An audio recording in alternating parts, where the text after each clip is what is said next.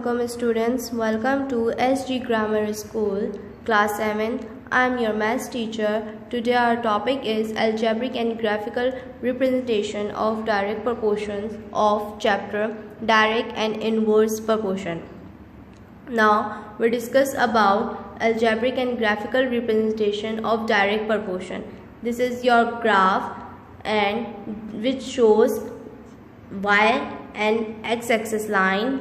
This line shows y and this line shows x, and this is the origin which is passes through the line x and y. This line indicates the y and this line indicates the x. If y is directly proportional to x, this graph is also shows that y is directly proportional to x, then the graph of y against x is a straight line that passes through the origin.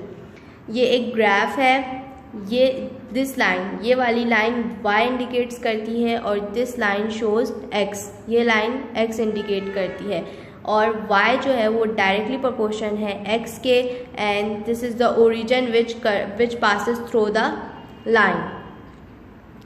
Here is the examples. Example number 1.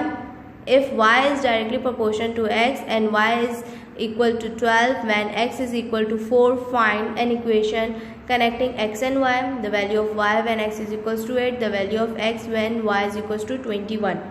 Solution.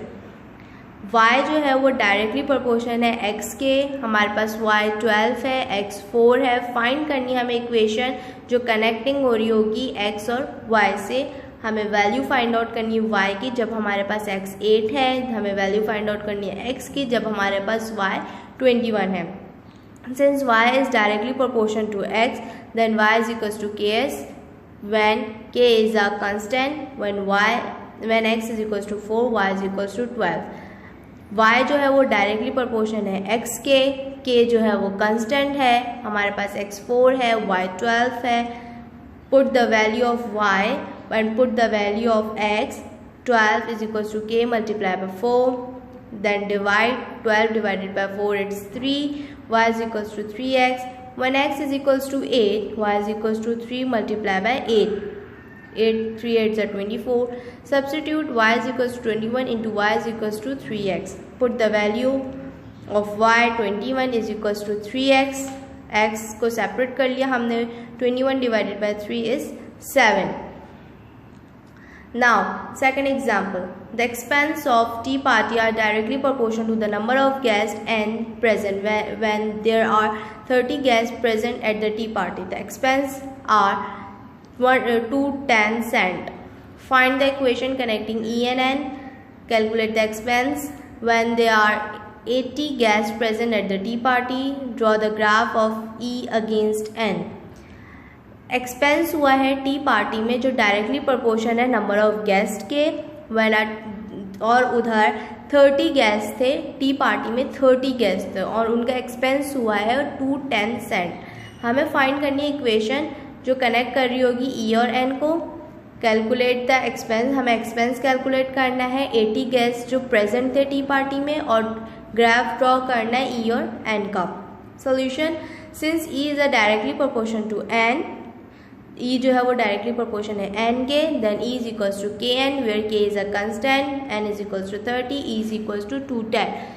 E जो है वो directly proportion है n के, k जो है वो constant है, n हमें मिला है 30, E हमें 210. Put the value of n E, put the value of E 210, k multiply by 30, k को सेपरेट कर लिया. 210 divided by 30 is 7. E is equals to 7n. When n is equals to 80. अब हमारे पास number of guest 80 थे जो present थे tea party में. Now put the values. E is equals to 7 multiply by 80. 7 8 जा 560. 560 उनका एक्सपेंस हुआ था. Now draw the graph of E against an. This is the graph which shows the line E against an and cut the and passes through the E and N lines and makes the origin 1 and 7. Now exercise number 1A. Question number 1. 108 individual books have a mass of 30 kgs. Find the mass of 105 books. The number of such books that have a mass of 20 kgs. अब हमें 108 books के masses उनके हैं 30 kgs. अब हमें find करना है एक बुक का जो मास है वो है 105. अब हमें फाइंड आउट करना है बुक्स का 20 kgs बुक्स का. Solution, the number of books is directly proportional to the mass of books. अब जो नंबर ऑफ बुक्स है वो डायरेक्टली प्रोपोर्शन है मास ऑफ बुक्स के. 108 books have a mass 30 kgs. 10 books जो है वो उनका मास है 30 kg. 1 बुक का जो मास है वो है 105. ठीक है, 30 divided by 180 multiply 105. 241 is a whole number. 2 divided by 3. The number of such books that have a mass of 20 kgs. The mass of books is directly proportional to the number of books. 30 kg is a mass of 108 books. 1 book mass has 20 kg. Now 108 divided by 30 multiplied by 20 is 72 books. Now look at the question number 3. If y is directly proportional to If x is directly proportional to y and x is equals to 44.5 when y is equals to 3, find express equation connecting x and y.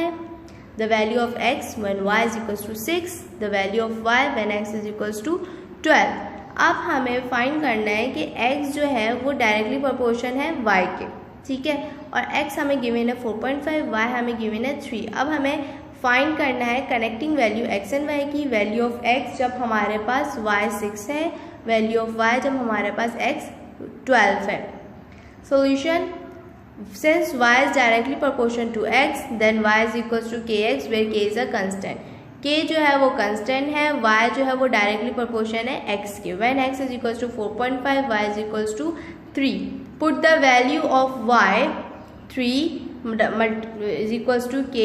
Put the value of x 4.5, x is equals to 2 divided by 3, x is your answer. Now find the value of x when y is equals to 6. 6 is equals to 2 divided by 3x. x को हमने separate कर लिया. 6 multiplied by 2 divided by 3 is 9. Now find the value of y. अब हमें value find करनी है y की जब हमारे पास x 12 है. Put the value of x, y is equals to 2 divided by 3 multiplied by 12, it's 8. Now look at the question number 5. Find the cost of 10 kg of tea leaves when 3 kg of tea leaves cost 18 cent. A kg of sugar when a b kg of sugar cost c cent. Solution, 10 kg के tea leaves का wait है 3 kg और उसकी cost है 18 cent. ठीक है, the mass of tea leaves is directly proportion to the cost of tea leaves. 3 kg of tea leaves cost 18 cent. 3 kg जो थे टी लीव्स के उसकी कॉस्ट थी 18 और 1 kg of T cost is 18 divided by 3. तो 10 kg of tea leaves cost 18 divided by 3 multiplied by 10, its answer is 60 cent. Okay, number B, part B देखिए. A kg of sugar when a b kg of sugar cost c cent. The mass of sugar is directly proportion to the cost of b kg of sugar cost c cent. 1 kg of sugar cost cent c divided by b. A kg of sugar costs cent c divided by b